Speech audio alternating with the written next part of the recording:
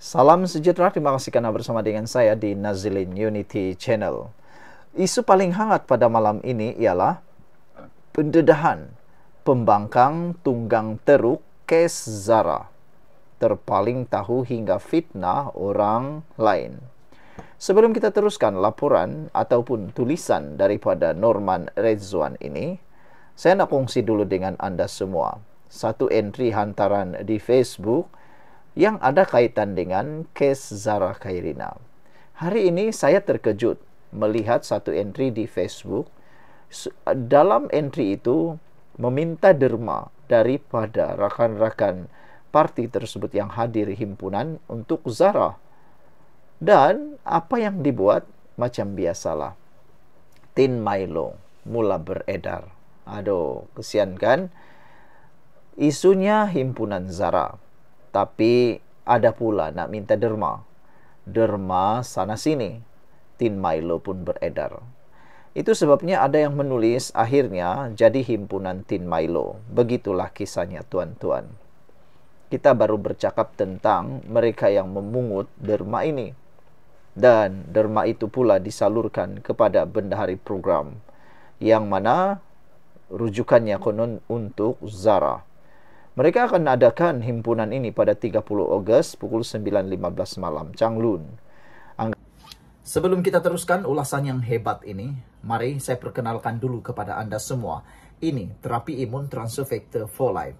Bagi mereka yang mempunyai masalah kesehatan, bagi mereka yang mau kekal sehat, apapun masalah kesehatan anda, sehinggalah yang ada kanser, dengarkan baik-baik berita baik yang baru hebat ini.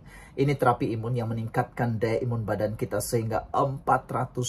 Secara umum dan ringkasnya, apabila imun badan kita lemah, apabila imun badan kita jadi bodoh, apabila imun badan kita tidak berfungsi lagi dengan sepatutnya, kita susah sembuh daripada penyakit. Bahkan penyakit-penyakit yang biasa-biasa pun akan melekat di dalam tubuh badan kita.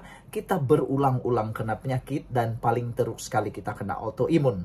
Autoimun seperti asma, gout, dan macam-macam lagi. Semua itu disebabkan imun badan kita yang bercelaru. Tapi terapi imun ini mendidik imun badan kita menjadi bijaksana, menjadi kuat, dan mengenal mana satu lawan, mana satu kawan dalam tubuh badan kita. Apabila imun badan kita dididik menjadi kuat, bijaksana, ia akan menghapuskan semua akar penyakit yang ada dalam tubuh badan kita. Apabila akar penyakit itu dihapuskan oleh imun badan kita sendiri, maka kita sembuh daripada semua jenis penyakit. Terapi imun ini tidak menyembuhkan penyakit, tetapi mengajar, mendidik, menguatkan imun badan kita sehingga 400%. Lalu dengan kekuatan imun badan itulah kita sembuh daripada semua jenis penyakit. Dapatkan produk ini melalui nomor telepon saya yang tertera ini. Dan ingat, ini ialah produk yang ajaib, penemuan paling bersejarah dalam dunia kedokteran, dan penemuan para doktor dan saintis yang sangat hebat di abad ini. Produk ini lulus KKM, diperakui oleh dokter-dokter di seluruh dunia, halal dan luar biasa. Kalau sudah lama kau berdoa untuk kesembuhan, kalau sudah lama kau berdoa untuk penyembuhan dan cari jalan penyelesaian untuk masalah kesehatan anda, mungkin ini jalan yang Tuhan tunjuk kepada anda semua. Cepat dapatkan produk ini melalui nomor telepon saya yang tertera. Dan kita teruskan ulasan yang seterusnya. Jangan lupa, ini terapi imun transfer factor anggaran kehadiran 5.000 orang. Dan mereka dialu-alukan memberi sumbangan ikhlas. Yang menjadi tanda tanya netizen ialah, di lain-lain tempat, di tempat-tempat yang lain, khususnya di Sabah, jangankan nak minta duit 20 sen ke 2 ringgit ke tiada. Orang datang dengan kerelaan tanpa 1 sen pun digunakan untuk penganjuran itu. Semuanya dilakukan dengan ikhlas hati. Yang ini menjadi tanda tanya. Kenapa sehingga anggaran perbelanjaan 2.000 ringgit untuk sewa peralatan dan pengurusan program? Ada yang bertanya, kata mereka, adakah himpunan itu akan mencapai objektif untuk Zara, ataupun himpunan itu akhirnya akan jadi himpunan memaki hamun kerajaan, memaki hamun pentadbiran, dan paling teruk sekali memaki hamun Anwar Ibrahim. Yang inilah yang paling kita tak boleh terima. Konon himpunan untuk Zara, Tapi akhirnya, contoh paling mudah, himpunan di Sogo, Kuala Lumpur. Apa yang berlaku? Akhirnya himpunan itu jadi himpunan politik. Ramai orang kecewa. Orang Kuala Lumpur dalam entry mereka di dalam media sosial sangat kecewa dengan program himpunan Zara di Sogo karena telah pun ditunggang dengan teruk oleh segerombolan manusia yang tak tahu malu, kata mereka. Anda boleh cari sendiri dalam ruangan media sosial, khususnya di Facebook dan di TikTok. Anda akan menemui itu. Saya bacakan kepada Anda. Ini komen Norman Rizwan tentang pembangkang tunggang teruk kes Zara. Mereka lah konon terpaling tahu hingga fitnah orang lain. Apabila dalam siasatan marah kenapa lambat? Apabila inquest dalam masa terdekat, persoalkan pula kenapa awal. Persoalannya, kenapa takutkah kalau kebenaran sudah diketahui dan selesai? Takut mungkin tidak boleh tunggang lagi cerita ini. Orang Sabah cakap macam ni lah paling senang. Kalau dalam bahasa Sabah paling senang saya cakap begini. Orang buat lambat dia marah, orang buat cepat pun dia marah. Orang buat perlahan-lahan dia kata lembab. Orang buat sangat laju dia kata tergesa-gesa. Mana satu yang betul, mana satu yang kamu mau? Begitulah ceritanya. Apa itu inquest sebenarnya? Inquest dalam kes Zara Khairina adalah langkah penting bagi memastikan kes tersebut disiasat sepenuhnya di bawah peruntukan undang-undang demi keadilan dan kepastian fakta. Ia bertujuan menyingkap kebenaran di sebalik kematian tragisnya secara telus dan bebas, sesuatu yang diperjuangkan oleh keluarga dan masyarakat. Ia terbuka untuk didengar oleh rakyat.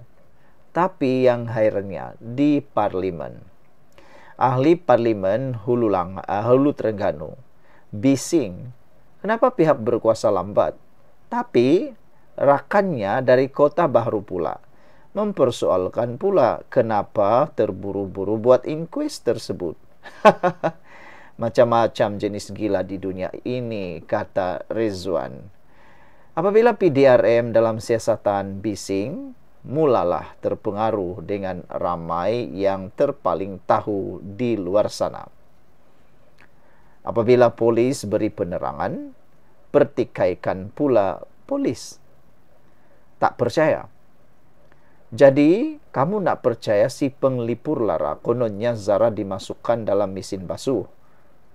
Guru bahasa Inggris yang telah pun ditangkap itu dengan mudahnya mengaku katanya saja buat konten TikTok tentang cerita teori mesin basuh itu.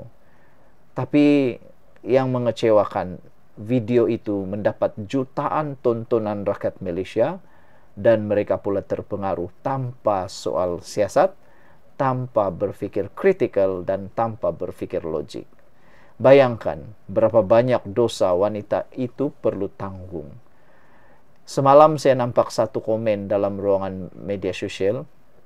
Dia kata, ramai orang yang yang percaya, terpengaruh dengan teori mesin basuh. Tapi katanya, dia kata, bagaimana sebuah mesin basuh boleh memasukkan, ataupun satu badan boleh dimasukkan ke dalam mesin basuh. Tak tahulah aku berapa besarkah mesin basuh itu. Itulah persoalan netizen tersebut. Secara logiknya memang betul. Sukar untuk memasukkan satu badan ke dalam mesin basuh untuk dibasuh. Tidak mungkin. Nak menutup pun susah. Jadi, kenapa orang terpengaruh dengan teori mesin basuh itu pun, saya pun tak tahulah. Dalam marah kepada pembuli, netizen yang terpengaruh dengan terpaling di media sosial, perjuangan menentang buli ini tanpa sedar kita pula jadi pembuli kepada guru, pelajar, dan mereka yang tidak bersalah. Akhirnya, pejuang anti buli sendiri jadi pembuli.